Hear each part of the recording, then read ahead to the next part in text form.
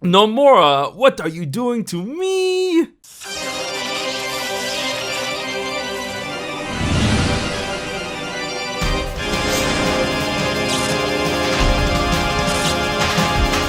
Don't worry guys, you are seeing clearly.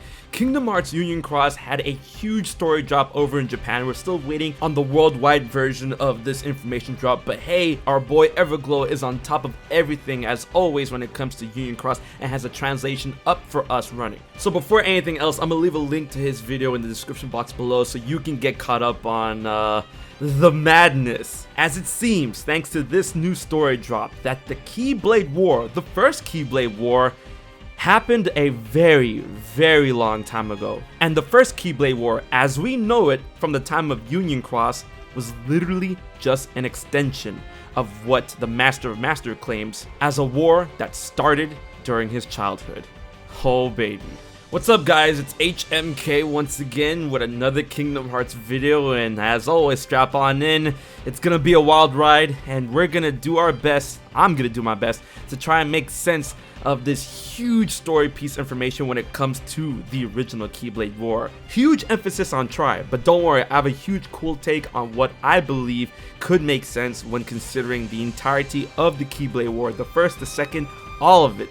So let's get right into the noise. First off, as a primer, let me remind you, get it, Kingdom Hearts 3 Remind, on how the Keyblade War, the first Keyblade War, was presented to us and what we know about it before this drop. Long ago, in the age of fairy tales, when the world was still one, people fought over the ownership of light. What we found out in Kingdom Hearts Union Cross is actually Lux, and the people fighting over the Lux are people from 5 different Keyblade unions. The unions of Unicornus, Angius, Ursus, Vulpius, Lepardus were all run by the Foretellers, all who, funny enough, tried to dodge this Keyblade War as much as they could, but it still happened. The violent clash at the Keyblade Graveyard shattered the original Keyblade into 20 pieces, 7 of light and 13 of darkness. The darkness invited from the violent clash of the Keyblade War swallowed the true Kingdom Hearts and obliterated the world. It is thanks to the light within children's hearts that rebuilt the world afterwards as separate smaller worlds detached from each other. And the real Kingdom Hearts has yet to be seen up until the climax of the second Keyblade War in Kingdom Hearts 3. These are the main bullet points that lead to the consensus of what we truly know about the Keyblade War from the time of Union Cross. There's still so much that we do not know. However, now we know an additional important detail about the war. And one huge important aspect of the new story drop in Union Cross, 5 years before the events of the last battle within the Keyblade War during the time of Union Cross, the Master of Masters reveals to Luxu that the Keyblade War actually started when he was a child.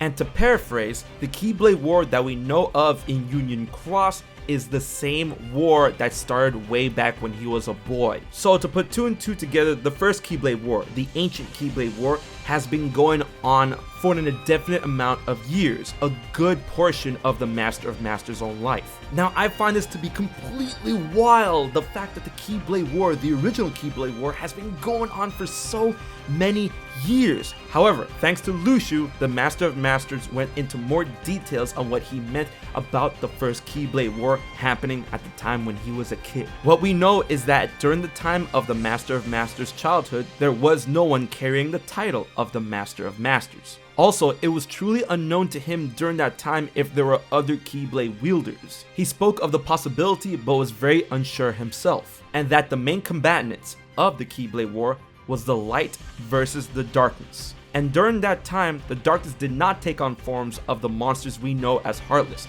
Rather, they looked just like people. However, the Master of Masters does say that doesn't make them entirely human, and he doesn't believe that they're entirely human. And that the upcoming battle, what we know as the Keyblade War, or what we thought was the Keyblade War, was not going to be the beginning of the war, rather than the end of the first Keyblade War. And that the Dandelions, the Keyblade wielders that the Master of Master instructed Ava to collect to go on to the next world, turns out to be the very same children that we know from legend to rebuild the world as we know it today, using the light within their hearts. This information is so juicy because now we can make sense of certain aspects of the Keyblade War going into the Kingdom Hearts series. but we still won't know all of the answers. However, let me try and go ahead and make sense of all we know so far. While the Keyblade War does have Keyblade in name, it truly seems that this war is literally just light versus darkness, no matter what the weapon or the forms they take. And it is thanks to this long ongoing war that we can surmise that this could be the motivator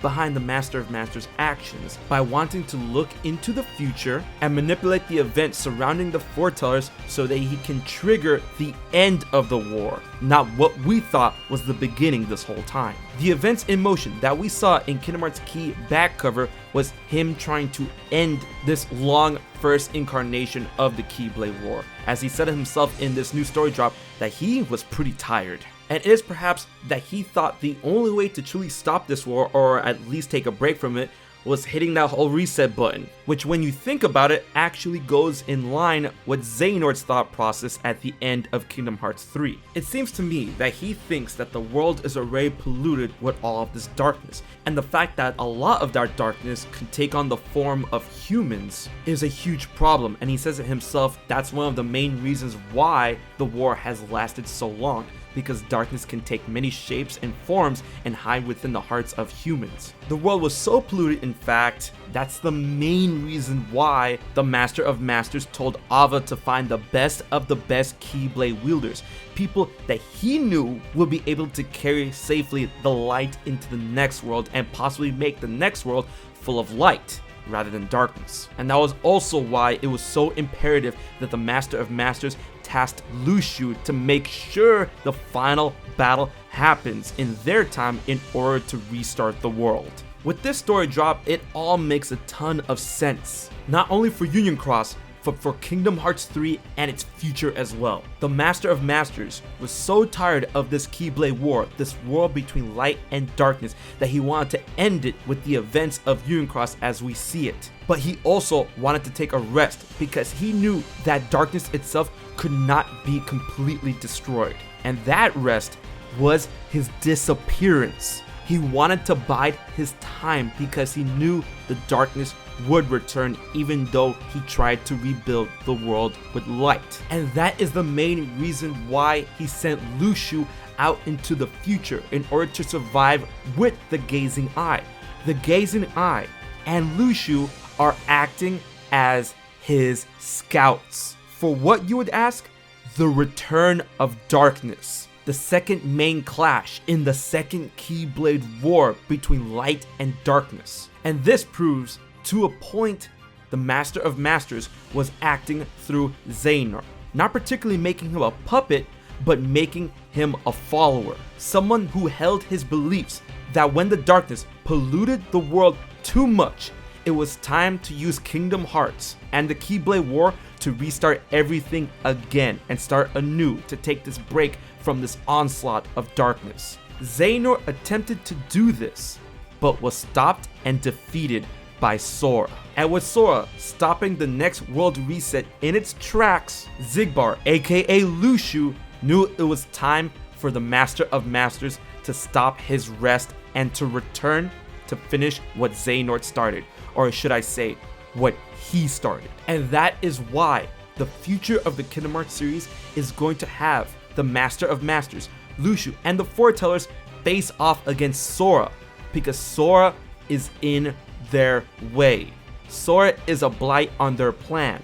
Sora is an anomaly in the way of the Master of Masters in order to reset the world another time to take a break from all of this darkness. It is all a cycle that the Master of Masters knew. It is all a cycle that the Master of Masters saw. It is the cycle of ending and rebirth. But Sora got in the way of that, as it was literally foretold that on that land shall darkness prevail and light expire. That was the whole point. The Master of Masters knew the only way to stop darkness in its tracks from polluting the world too much during the time of Union Cross was for the world to start over. And when it did, he knew that it would be only a matter of time before the world is faced with that plague of darkness once again. And at that time, it would be time to hit that reset button. And Xehanort was going to do it for him until Sora stopped him.